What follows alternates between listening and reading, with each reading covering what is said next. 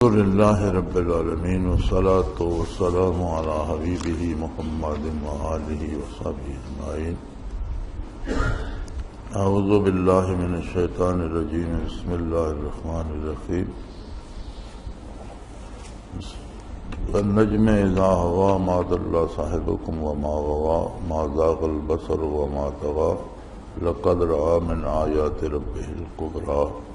اللہم سبحانک لا علم لنا الا ما علمتنا انک انت العلیم الحکیم۔ مولا یا صلی وسلم دائما ابدا علی حبیبک خیر الخلق کلہم۔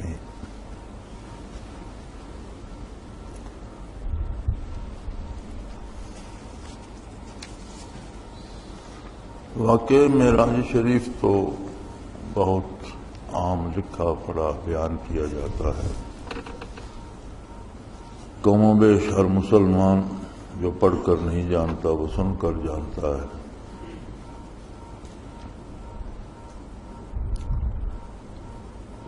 اس میں سوال جو ہے وہ صرف یہ ہے کہ روایت باری پر علماء کرام کا اختلاف ہے، صحیح صورتحال واضح فرمائے۔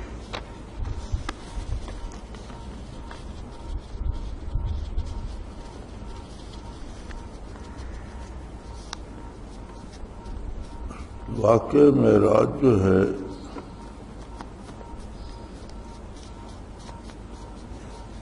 وہ اس عالم میں نہیں ہے۔ نبی کریم صلی اللہ علیہ وآلہ وسلم اپنے جسد مبارک سمیت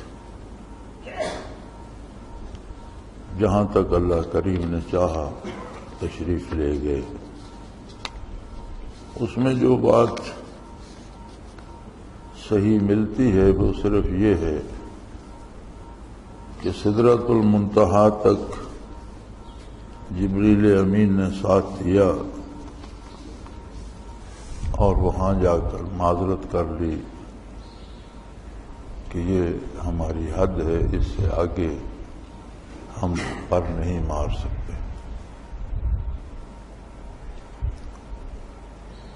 معراج کے واقعات میں یہ بات ملتی ہے کہ ایک سواری وہاں حاضر کی گئی جس کا نام رف رف تھا، جس پر حضور آگے تشریف لے گئے۔ آگے کہاں تک تشریف لے گئے، کس مقام تک پہنچے، اس کے بارے صرف اتنا ملتا ہے کہ جہاں تک رب نے چاہا حضور تشریف لے گئے۔ اللہ کریم تو ہر جگہ موجود ہے،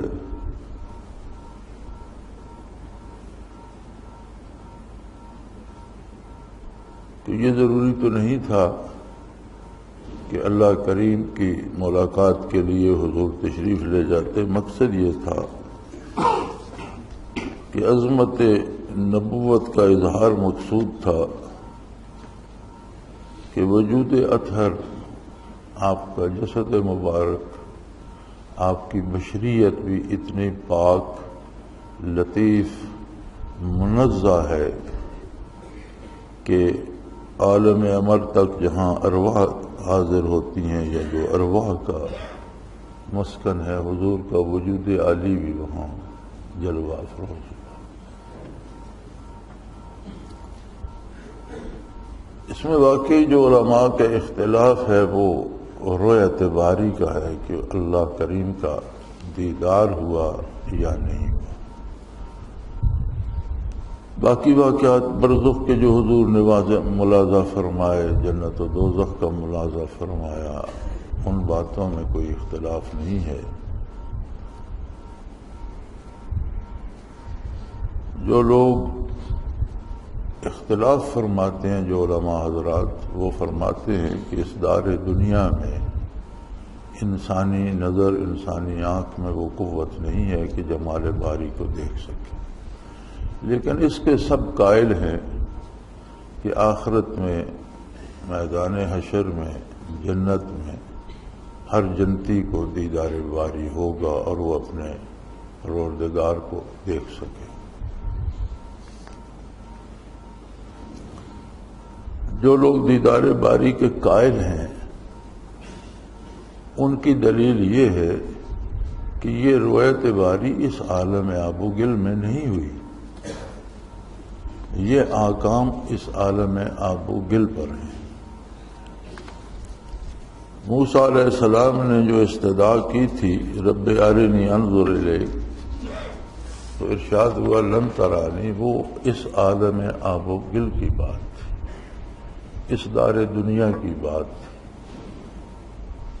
فلما تجلی ربہ للجبل جعلہ دکا وخر موسیٰ صاعقا، تو پہاڑ پر تجلی فرمائی، پہاڑ ریزہ ریزہ ہو گئے اور موسیٰ علیہ السلام بے ہوش ہو گئے، اور جب ہوش میں آئے فلما افاقا، جب ہوش میں آئے تو پھر انہوں نے عرض کی کہ بار الہ مجھے معاف فرمایا جائے۔ ارشاد و خذ ما آتیتک وکن من الشاکرین، جو کچھ عطا ہوا ہے اسے سنبھالے اور اس پہ اللہ کا شکر ادا کرے۔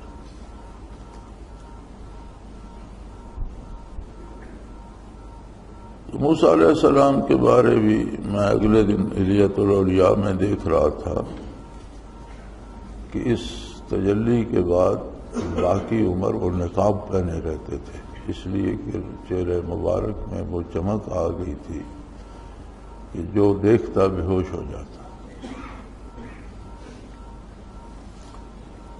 صاحب الیت الاولیاء نے لکھا ہے کہ ایک خاتون نے عرض کی موسیٰ علیہ السلام سے کہ مجھے جنت میں آپ کی رفاقت نصیب ہو، تو آپ نے فرمایا تمہاری مراد اللہ پوری کرے، تمہیں جو کچھ تم نے مانگا تمہیں مل گیا، لیکن ایک شرط ہے کہ اب اس کے بعد شادی نہ کرنا، کسی کے نکاح میں نہ جانا۔ تو وہ بات تھی زمین کی، آپ پہاڑ پر تھے، زمین پر تھے، عالم آب و گل تھا، یہاں نظر انسانی ذات باری کو نہیں دیکھ سکتی، اس نظر میں یہ قوت نہیں ہے۔ بعض اولیاء اللہ، اولیاء کرام نے دیدار باری کا دعویٰ کیا ہے، لیکن محققین فرماتے ہیں کہ یہ تجلیات باری کو دیکھتے ہیں، عین ذات کو نہیں۔ اور بعض کو غلط فہمی بھی لگ جاتی ہے۔ میں نے ایک ولی اللہ کے حالات میں پڑھا کہ فرماتے ہیں میں 20 برس اللہ کریم کو دیکھ کر سجدہ کرتا رہا، لیکن 20 برس بعد مجھے یہ احساس ہوا کہ یہ روشنی تو اللہ تو نہیں تھی، وہ اور قسم کی تجلی تھی جسے میں عین ذات سمجھا، چنانچہ میں نے 20 برسوں کی نمازیں لوٹائیں۔ لیکن حضور صلی اللہ علیہ وسلم کا رویت باری جو ہے یہ اس عالم میں نہیں ہے، زمینوں پر نہیں، آسمانوں پر بھی نہیں، بالائے عرش کی بات ہے، وہ عالم اور ہے۔ اب جیسے عیسیٰ علیہ السلام تشریف لے گئے آسمانوں پر اسی حیات میں، زندہ اٹھا لیے گئے، تو اس عالم میں ان کا کھانا پینا ضروریات ساری وہ ہیں جو آسمانوں پہ ہوتی، زمین والی نہیں ہے۔ کسی نے اعتراض کیا تھا کہ اگر عیسیٰ علیہ السلام آسمان پر زندہ ہیں تو کھاتے کیا ہیں، پیتے کیا ہیں، رفع حاجت کرنے کہاں جاتے ہیں آسمانوں پر؟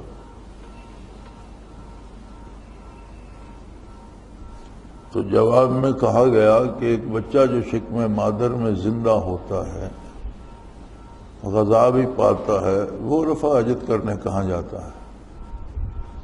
اگر اسی دار دنیا میں شکم مادر میں یہ سب کچھ ممکن ہے تو آسمانوں پر شکم مادر میں کیا ہوتا ہے؟ وہاں کی جو کیفیات ہیں وہ ہوتی ہیں، ضروریات وہاں کی ہوتی ہیں، غذا منہ سے نہیں کھاتا، اس سے آتی ہے جو اس کی نالی ہوتی ہے غذا کی، پیٹ میں لگی ہوتی ہے، اسی طرح رفع حاجت کی ضرورت اسے پیش نہیں آتی۔ تو فرمایا آسمانوں پر جب ہے تو عالم آسمانوں کا ہے، کیفیات وہاں کی ہیں، بھوک بھی وہاں کی ہے، ضروریات بھی وہاں کی ہے۔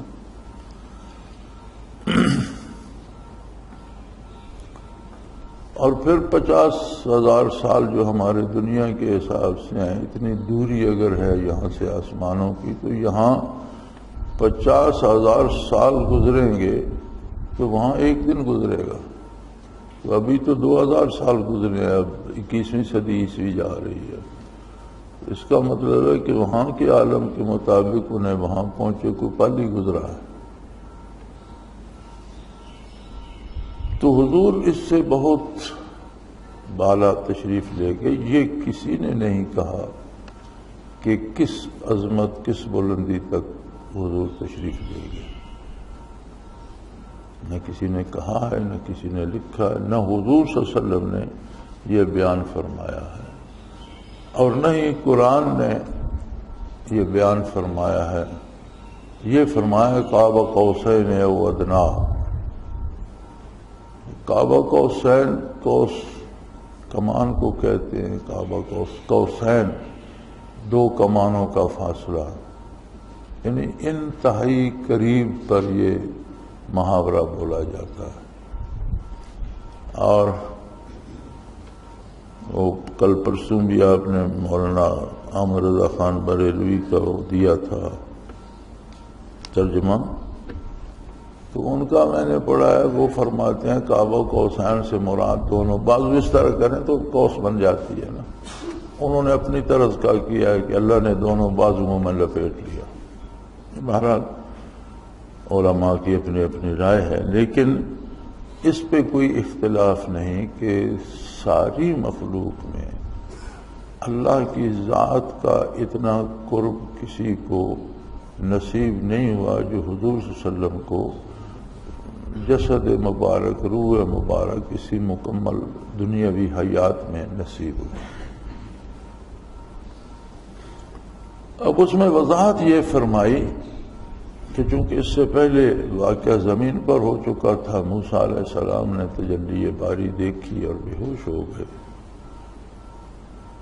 تو اس عالم میں فرمایا حضور نے کھلی آنکھوں دیکھا، کوئی انہیں اس میں غلطی نہیں لگی. مات اللہ صاحب، تمہارے صاحب حضور نبی کریم صلی اللہ علیہ وسلم کو کوئی غلط فہمی یا غلطی نہیں لگی، اور کوئی حقیقت کے خلاف انہوں نے نہیں دیکھا. جو دیکھا وہ بھی حق تھا، اور دیکھنے میں بھی انہیں کوئی غلطی نہیں لگی. ما زاغ البصر وما طغى، نہ ان کی نگاہ بھٹکی نہ حد سے بڑھی. یعنی دونوں طرف غلطی ہوتی ہے، نہ یا حد سے پیچھے رہ جائے یا حد سے آگے چلی جائے. تو یہ وضاحت قرآن کریم نے فرمائی کہ حضور صلی اللہ علیہ وسلم نے جو دیکھا، باقامی ہوش و حواس دیکھا، صحیح دیکھا، اس میں کوئی راہی برابر سر منہ کوئی غلطی کا امکان نہیں ہے. اور یہ عظمت رسالت پہ گواہی ہے کہ اتنی قوت برداشت جمال باری کی، اور ان حقائق کو لقد رأى من آیات ربہ الکبریٰ، رب عظیم کی بے شمار نشانیاں، عظمت کے بے شمار دلائل، اور اللہ کا نور، اللہ کی ذات. اب یہاں جن لوگوں نے رؤیت باری سے منع فرمایا ہے کہ یہ ممکن نہیں، ان کا استدلال اس عالم آب و گل کا ہے. اور جو قائل ہیں وہ فرماتے ہیں کہ حضور اس عالم آب و گل میں تو نہیں تھے. اب اگر آخرت میں ہر مومن کو دیدار باری ہوگا تو حضور جہاں تشریف لے گئے وہاں تو آخرت میں ہر مومن بھی نہیں، آخرت میں بھی نہیں پہنچ سکے گا. لہذا اس میں کوئی شک نہیں کہ حضور کو دیدار باری ہوا. یہ دونوں دلائل ہیں.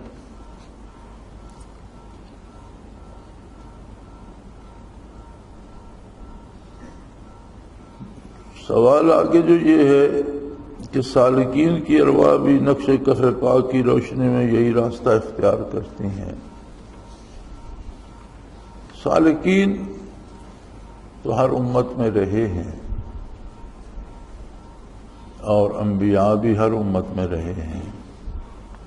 انبیاء علیہ الصلوۃ والسلام کی ارواح مبارکہ کا بھی سفر عالم امر سے آگے کا ہوتا تھا، اور صحابہ کا پھر اولیاء امت کا یہ تو ایک پکا راستہ ہے جو تخلیق آدم کے ساتھ ہی روح عالم امر سے ہے، بدن عالم آب و گل سے ہے، اس تعلق نے ایک راستہ بنا دیا۔ پھر حضور صلی اللہ علیہ وسلم کا معراج شریف پر جانا، اس میں بعض لوگوں نے یہ بھی کہا کہ معراج خواب میں ہوا، لیکن اگر معراج شریف خواب میں ہوتا تو شاید اس کا انکار اہل مکہ مشرکین بھی نہ کرتے، خواب میں بندہ کچھ بھی دیکھ سکتا۔ جو انکار ہوا یا جھگڑا ہوا وہ اسی بات کا تھا کہ کیسے ممکن ہے کہ ایک بندہ اس طرح عالم بالا میں جائے، بلکہ انہوں نے تو یہ جھگڑا بھی کیا کہ یہاں سے 3 مہینے لگتے ہیں اور ہم اونٹوں کو بھگا بھگا کر بیت المقدس پہنچتے ہیں، آسمانوں کو اور عرش کو چھوڑیں، بیت المقدس جانا اور جا کر آ جانا ایک رات میں کیسے ممکن ہے؟ تو وہ روح مال جسد اور انسانی جسم ہی کا سفر تھا۔ اگر خواب کی بات ہوتی تو خواب میں کوئی بیت المقدس جائے یا آسمانوں پر جائے، کسی کو کیا اعتراض؟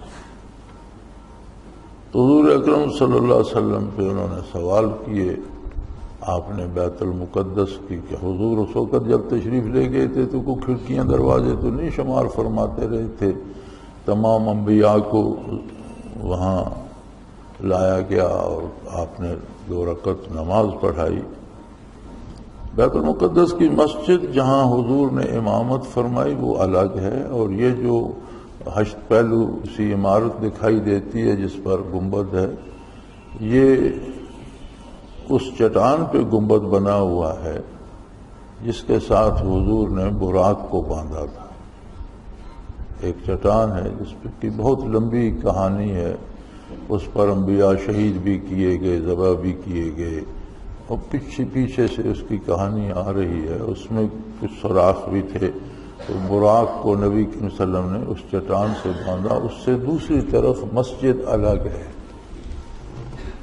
جو عموماً تصاویر میں یا اس پہ نہیں دکھائی جاتی، یہ بھی یہودیوں کی ایک پالیسی ہے کہ اسی کو مسلمان مسجد سمجھیں۔ ان کا ارادہ اس مسجد کو شہید کر کے وہاں اپنے انداز سے ہیکل سلیمانی تعمیر کرنے کا۔ وہ مسجد ساتھ ہے جہاں حضور نے امامت فرمائی۔ اور حضرت رحمت اللہ علیہ کا ارشاد میرے ساتھ عبد القدیر ڈسکس کر رہا تھا، آپ نے ایک تقریر میں فرمایا کہ عیسیٰ علیہ السلام اکیلے وہ نبی ہیں جنہوں نے اس دنیوی حیات میں وہ دوگانہ حضور کے ساتھ ادا فرمایا، چونکہ آسمانوں پر اس دنیوی حیات سے وہ زندہ ہے، لہذا تمام انبیاء آپ صلی اللہ علیہ وسلم کی امت ہیں اور آپ کے ساتھ دوگانہ پڑھنے کی سعادت سب کو نصیب ہوئی، لیکن اکیلے عیسیٰ علیہ السلام ایسے ہیں جو نبی بھی ہیں اور محمد الرسول اللہ علیہ وسلم کے صحابی بھی ہیں کہ انہوں نے اسی حیات میں حضور کے ساتھ 2 رکعت نماز ادا فرمائی اور حضور کا وصال نصیب ہوا۔ تو روح کا راستہ تو پکا ہے، لیکن حضور کا معراج شریف پہ تشریف لے جانا یہ ان لوگوں کے لیے دلیل ہے جنہیں سمجھ نہیں آتی کہ روح عالم بالا میں کیسے جا سکتی ہے، کہ روح تو روح جسد اثر بھی وہاں تشریف لے جا سکتا ہے جسے اللہ نوازے۔ تو عالم بالا میں جو راستہ معراج شریف کا ہے وہ مختص ہے محمد الرسول اللہ صلی اللہ علیہ وسلم کے لیے۔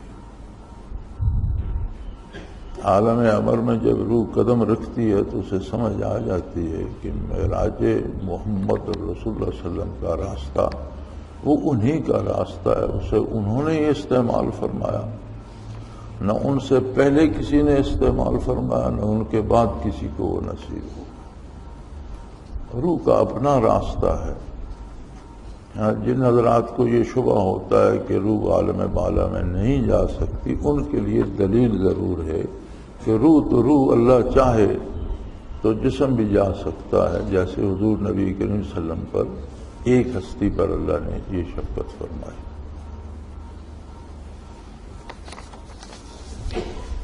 باقی واقعات معراج جو ہیں وہ عام ہیں. ایک حدیث پاک ہے الصلاۃ معراج المومنین.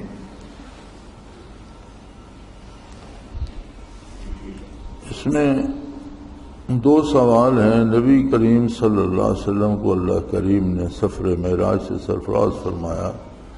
گزارش یہ ہے کہ ایک بندہ مومن کو نماز میں معراج کیسے نصیب ہوتا ہے اور رائے سلوک میں جو مناظر طے کروا جاتے ہیں کیا یہ وہی راستہ ہے جس پر نبی کریم صلی اللہ علیہ وسلم کو سفر معراج نصیب ہوئی؟ یہ اس کا جواب تو ہو گیا.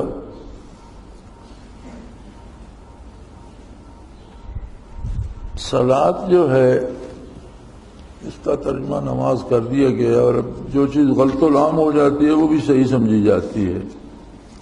اب نماز اس کا ترجمہ غلط العام ہو چکا ہے لہذا یہی استعمال ہوتا ہے، ورنہ نماز عربی کا لفظ نہیں ہے، یہ فارسی کا ہے اور آتش پرستوں کا ایجاد کردہ ہے. تو وہ عمریں آگ کے گرد بیٹھ کر گزار دیتے تھے اور عجیب عجیب شوبتے ان سے ظاہر ہوتے تھے. تو وہ جو آگ کی پوجا کرتے تھے شب و روز اور مستقل برسوں کے حساب سے وہ آگ کے سامنے سے نہیں ہٹتے تھے، بیٹھے رہتے تھے، اسے نماز کہتے تھے. ہمارا جو ہے لفظ اس کا یہ صلاۃ ہے، لیکن اب چونکہ اتنا یہ غلط العام ہو چکا ہے نماز کہ اسے قرآن کے تراجم میں بھی لکھا جاتا ہے، حدیث شریف کے تراجم میں بھی لکھا جاتا ہے، ہر جگہ اسے نماز وہ وہاں سے لے لیا ترجمے والوں نے. اب وہ غلط العام تو جو کہتے ہیں جو چیز غلط العام ہو جائے وہ بھی صحیح ہوتی ہے کیونکہ لوگ اسی سے مفہوم سمجھتے ہیں. تو نماز ایسا عمل ہے. معراج شریف کی روح کیا ہے کہ سوائے ذات باری کے اور سوائے ذات پیغمبر صلی اللہ علیہ وسلم کے کسی تیسری مخلوق کا وہاں دخل نہیں ہے. تو ہر ایک کی معراج اپنی حیثیت کے مطابق ہوگی.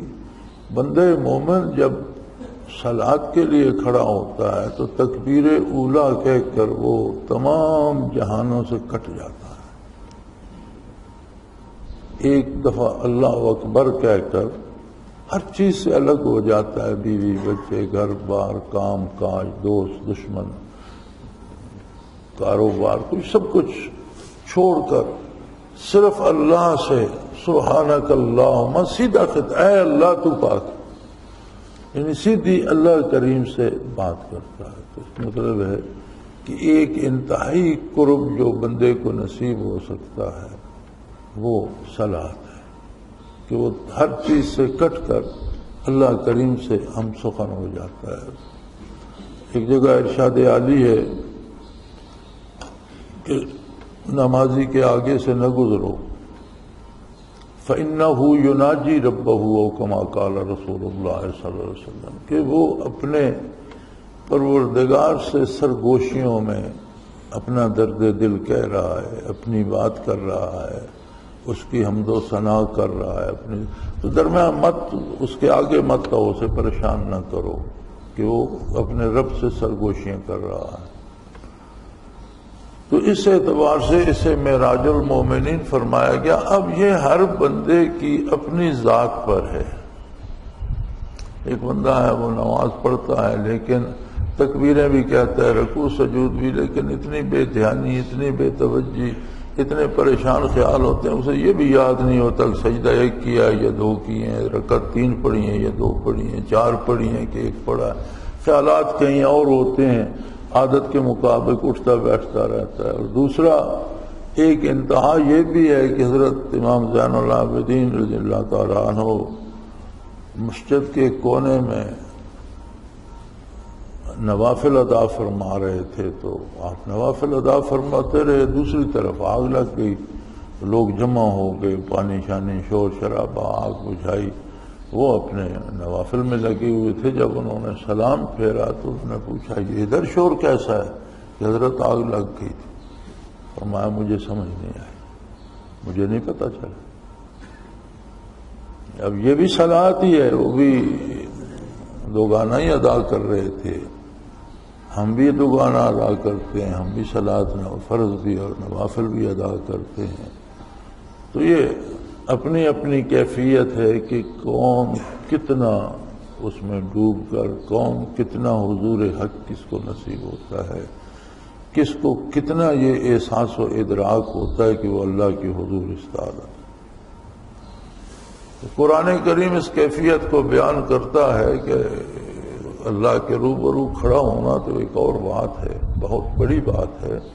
مسجد میں داخلے کے وقت بھی فرمایا ما کان یدخلوها الا خائفین، مسجد میں داخل ہوتے ہوئے بندے کو لرزاں و ترساں ہونا چاہیے کہ میں بہت بڑی بارگاہ میں حاضر ہو رہا ہوں۔ ما کان لهم ان یدخلوها الا خائفین، یہ مناسب نہیں کہ کوئی دیدہ دریری سے مسجد میں در رہا ہے، بلکہ مسجد میں داخلے کے وقت یہ احساس ہو، جیسے کوئی سپریم کورٹ میں یا کسی صدر کے پاس جاتا ہے تو وہ دروازے کے باہر سے سنبھل جاتا ہے، کپڑا لتا درست کرتا ہے، اپنی ٹائیاں شائیاں ٹھیک کرتا ہے اور رومال پین ٹھیک کرتا ہے، اور ایک خوف کا عالم لیے ہوئے کہ اندر میری حیات قضائی کیسی ہوگی۔ اللہ کی بارگاہ میں جانے والے کو بھی یہ تمام ہونا سے احساس ہونا چاہیے۔ اس لیے فرمایا کہ کوئی دنیاوی گفتگو، کوئی کاروبار، کوئی اس طرح کی بات مسجد میں نہ کی جائے سوائے دین کے۔ تو یہ ہر ایک کا اپنا اپنا معراج ہے، کس کو کتنا نصیب ہوا، کسے کتنا خشوع و خضوع نصیب ہوا، کس دل جمی اور دل لگی کے ساتھ کس نے نماز ادا کی۔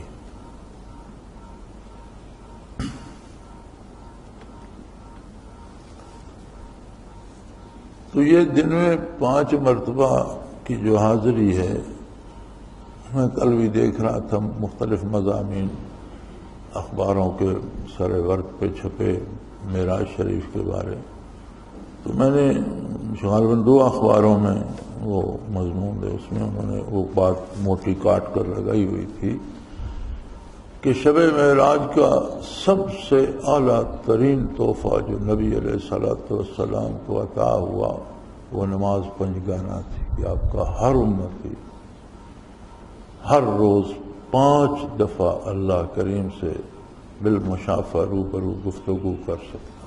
یعنی یہ آپ کی عظمت کے تو فعل پوری امت پر یہ انعام ہوا کہ چھوٹا بڑا، خوبصورت بدصورت، امیر غریب، جسے کلمہ حق نصیب ہے، حضور کا امتی ہے، اس کے پاس یہ موقع موجود ہے کہ دن میں 5 دفعہ اللہ کے حضور حاضر ہو اور اللہ کریم سے اپنی گزارشات ذاتی طور پر روبرو پیش کرے۔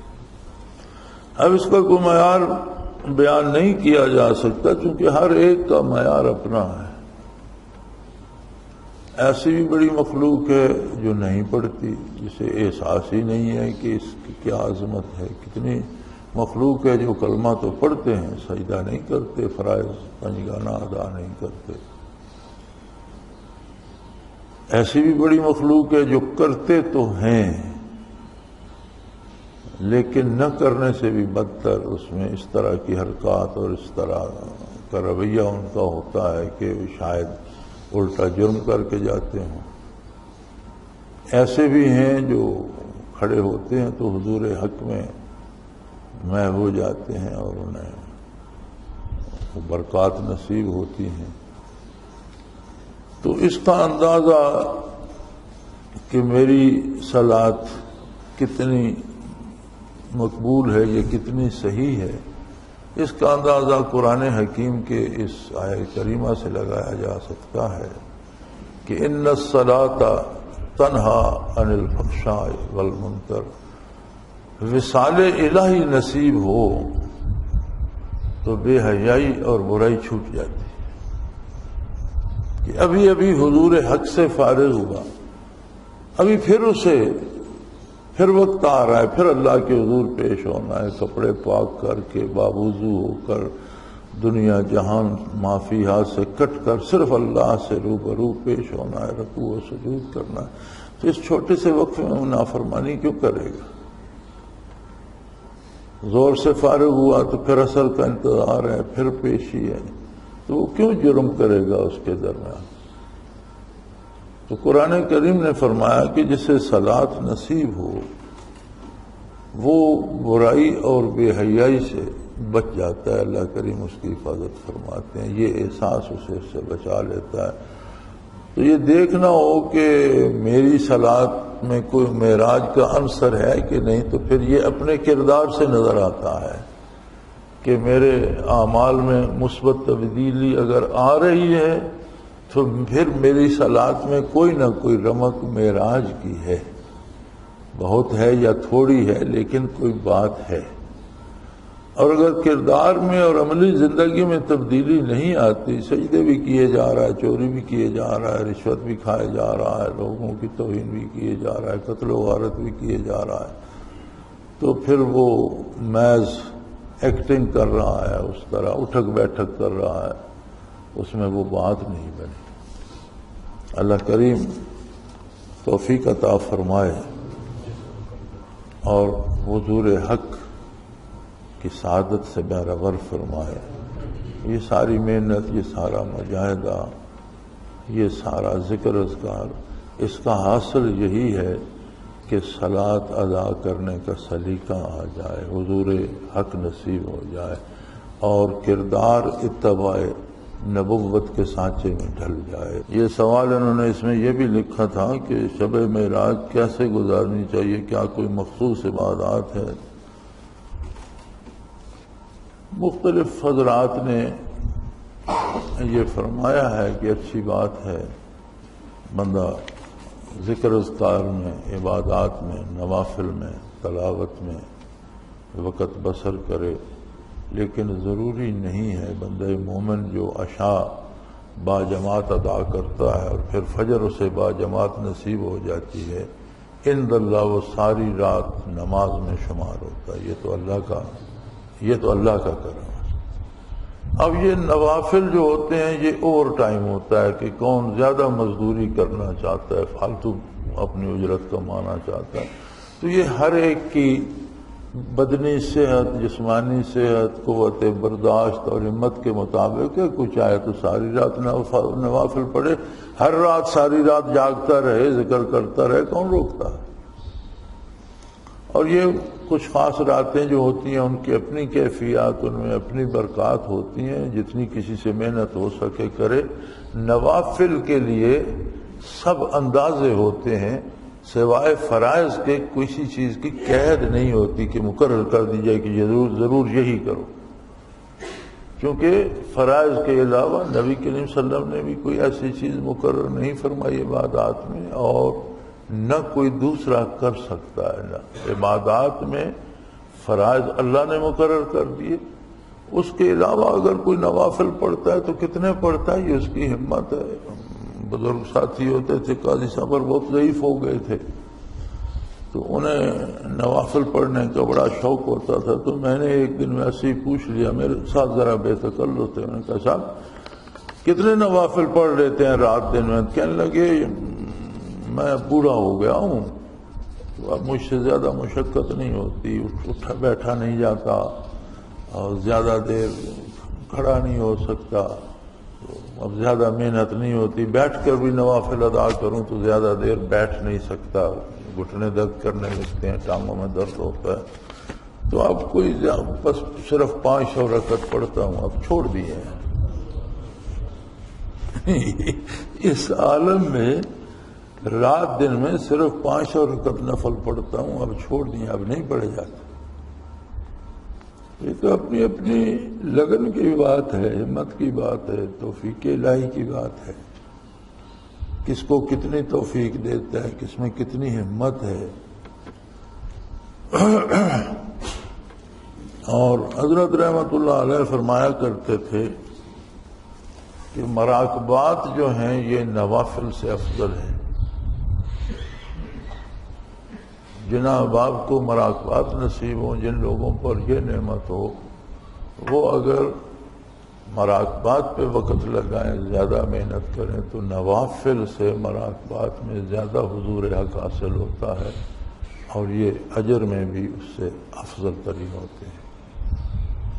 اللہ کریم توفیق دینے والا۔ وآخر دعوانا الحمد للہ رب العالمین۔